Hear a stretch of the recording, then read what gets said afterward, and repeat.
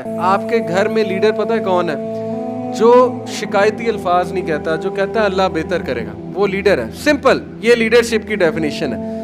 جو گھبراتا ہے تو اللہ کے سامنے گھبراتا ہے. آپ کو کیا لگتا ہے نبی صلی اللہ علیہ وسلم روتے نہیں تھے؟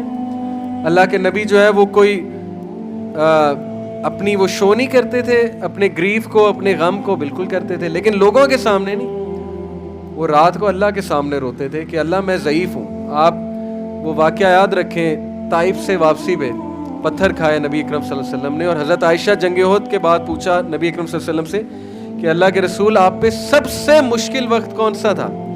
سب سے مشکل وقت. کافی بات جا کے پوچھا حضرت عائشہ صدیقہ نے. تو حضرت عائشہ سوچ رہی تھی کہ جنگ احد جواب دیں گے، کیونکہ انجری ہوئی، مسلمانوں کو لاس ہوا، حضرت حمزہ شہید ہوئے.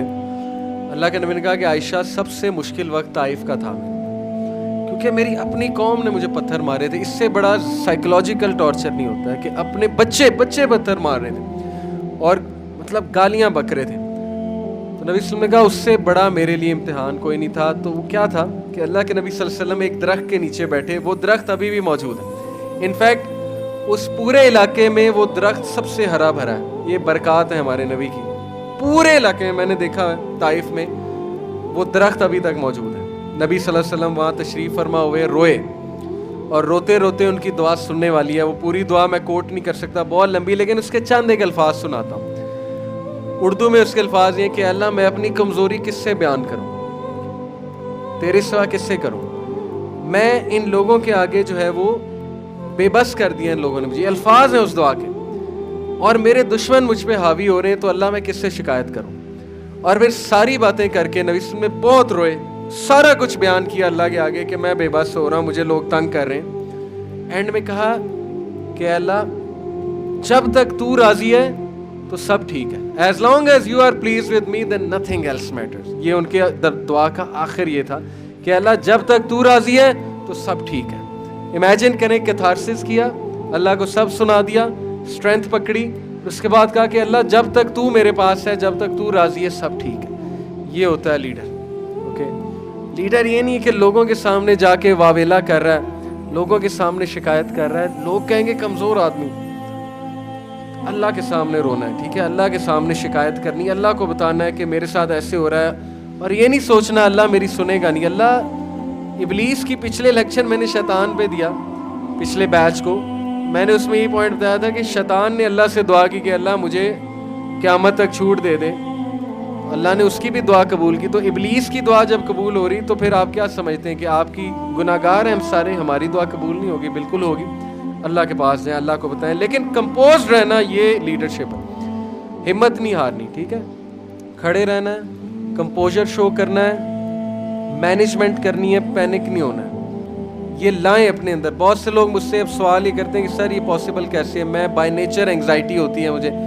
یہ بالکل ایسے ہوتا ہے کہ ایک بندہ کمزور ہے اور سال بعد وہ جم کر کے تگڑا ہو جاتا ہے، تو میں اس سے یہ سوال پوچھوں گا کہ تگڑے کیسے ہوئے، تم تو کمزور تھے، تو وہ کیا جواب دے گا کہ سر ایکسرسائز کر کے، ڈمبل اٹھا کے. تو یہاں بھی مائنڈ کی ایکسرسائز ہے نا. کریں گے تو مائنڈ بلڈ ہوگا نا، کریں گے ہی نہیں تو پھر مائنڈ کیسے بلڈ ہوگا. تیسری چیز آپٹیمزم.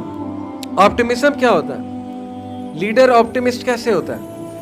موسیٰ علیہ السلام کو اللہ نے کہاں بھیجا؟ فرعون کی طرف. فرعون سب سے بڑا اژدہا تھا.